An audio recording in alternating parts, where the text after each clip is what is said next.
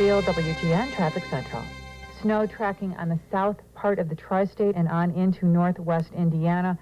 And CTA situation, the CTA train, the red line, northbound of Fullerton, power still is off. I learned a lot from a college coach, Hayden Fry. And one of the things I got from him was he came into an organization that was losing. His first meeting with everybody said, from this point on, we're going to think and act like winners.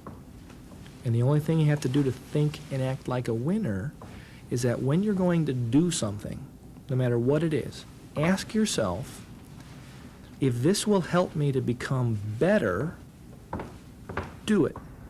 If it won't, don't. It's a very simple rule. And I saw that and I said, you know, that's the way I like to operate. I operate my insurance practice like it's a business. I get monthly financial statements. I know how many assets under management I have. I know how many policyholders I have. So I have an idea of what I'm doing, as opposed to just blindly running along trying to sell as many policies as possible.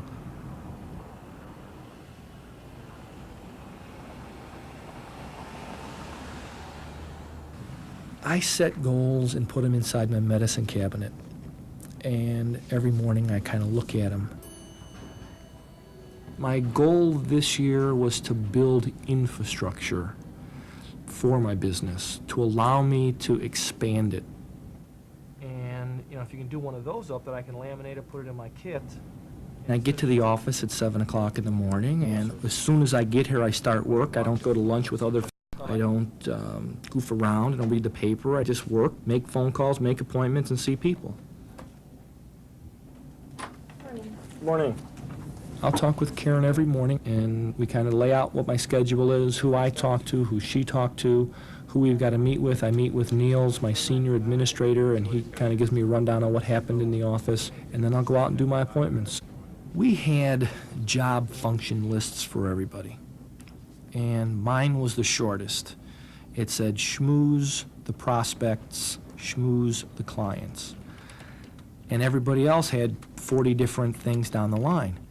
But again, I see this from sports. If a head football coach surrounds himself with great assistant coaches, he'll look good. I surround myself with people who think for themselves, who are better than me in whatever area I'm hiring them for. Karen, who is my assistant, takes care of life insurance and the process of selling that. Whether we're doing presentations on insurance or doing illustrations or creating proposals. Allie takes care of all the money that comes in. Dave or Kevin or Niels takes care of all of the pension-related work, and they work together with all the others. My sister comes in and takes care of all the bills. My accountant does all the financial stuff. What I try to do is have 15 to 20 appointments in a week, and I don't work on weekends. But if you work from 7 o'clock until 5, it's 10 hours. I mean, if you can't get it done in 10 hours, then you're doing something wrong. And if you work 10 hours a day, 5 days a week, it should be a pretty productive week. The other thing I do is I try to schedule 2 or 3 appointments every day. I don't think most people plan their life 6 weeks into the future.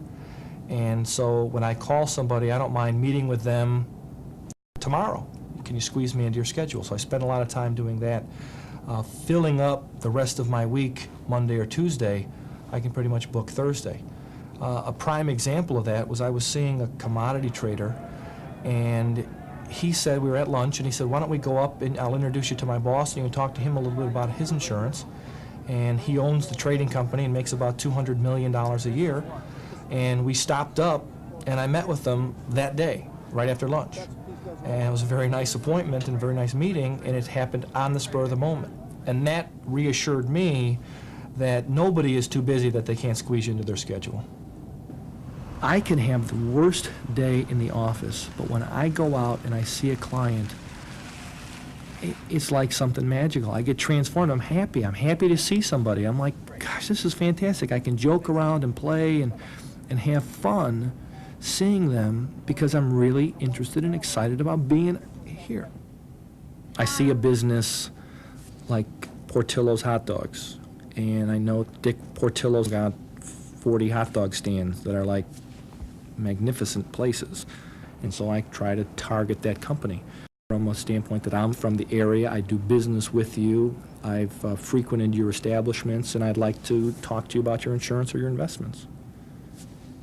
And it's hard for them to tell a client, no. Never do I just pull up, get out of the car, and run in. I've gotten to a point where I always sit for 5 minutes, 10 minutes in front of the business or in the lobby of the office building.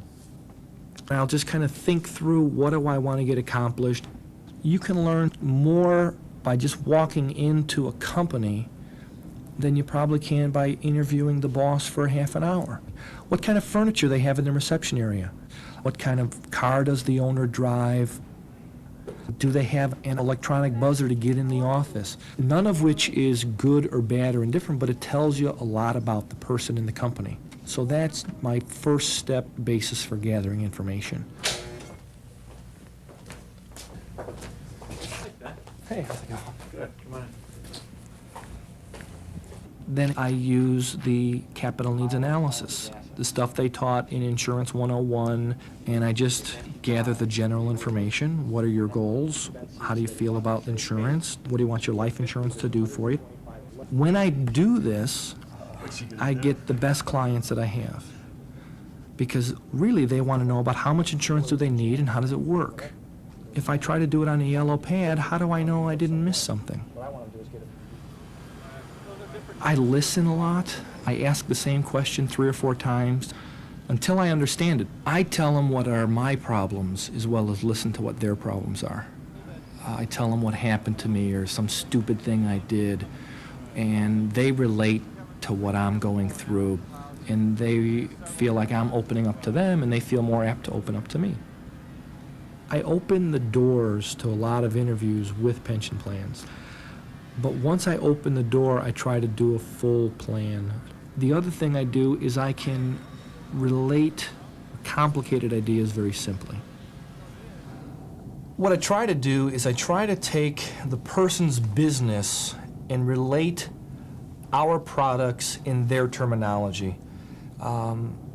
The lawn chair example was, I was sitting with someone who wanted to buy term insurance, and we were in their family room, and I was sitting on a very nice leather recliner, and the prospect was doing the same. And the question I asked him was, why doesn't he have lawn chairs? They'll work just as good. We can sit in the chairs, we can watch TV, or we can discuss things in the lawn chair, and if they wear out, you just get another one because they're only a few bucks. Why does he have leather recliners that are probably $5,000 to $7,000 for the chair? And that drove the point across that he was trying to buy lawn chair furniture as opposed to leather recliner furniture, and it convinced him that he should buy the whole life.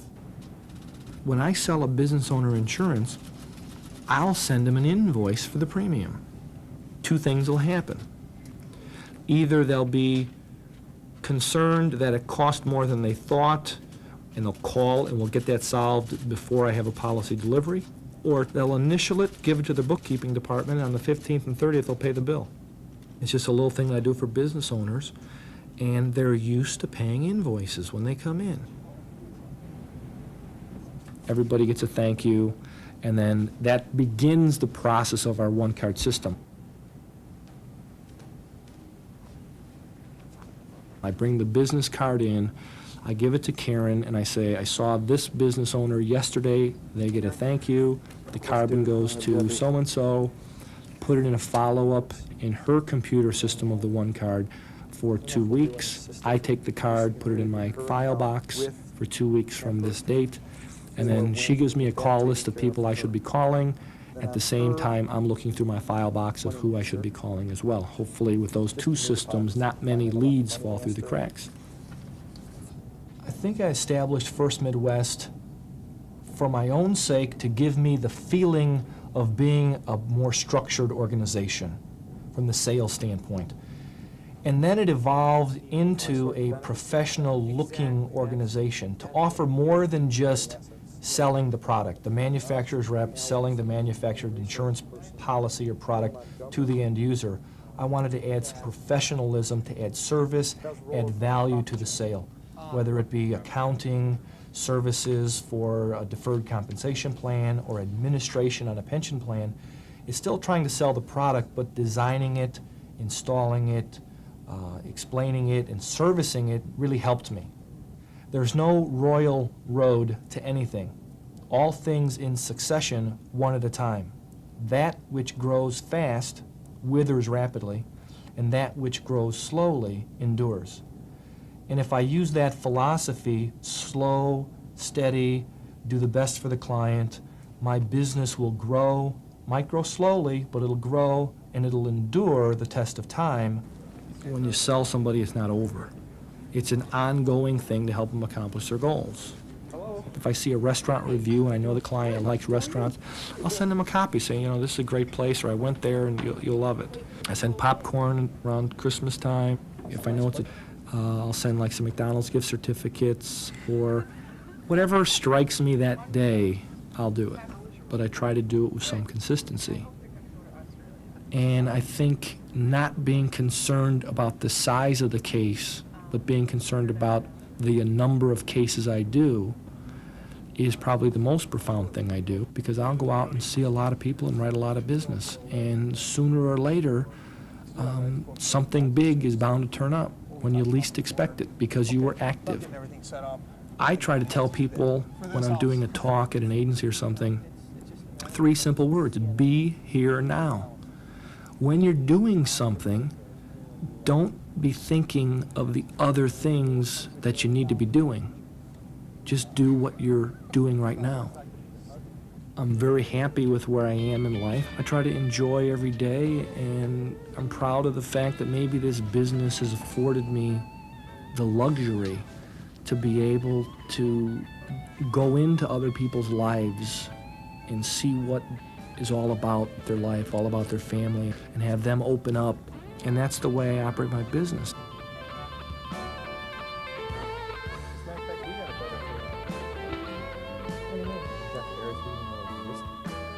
I'm proud of what I do and how I do it, that we try to do the best job, but I'm honored by the fact that I'm able to do it, would be a better thing for me to say. Place I went to. Good. To me, it goes real well.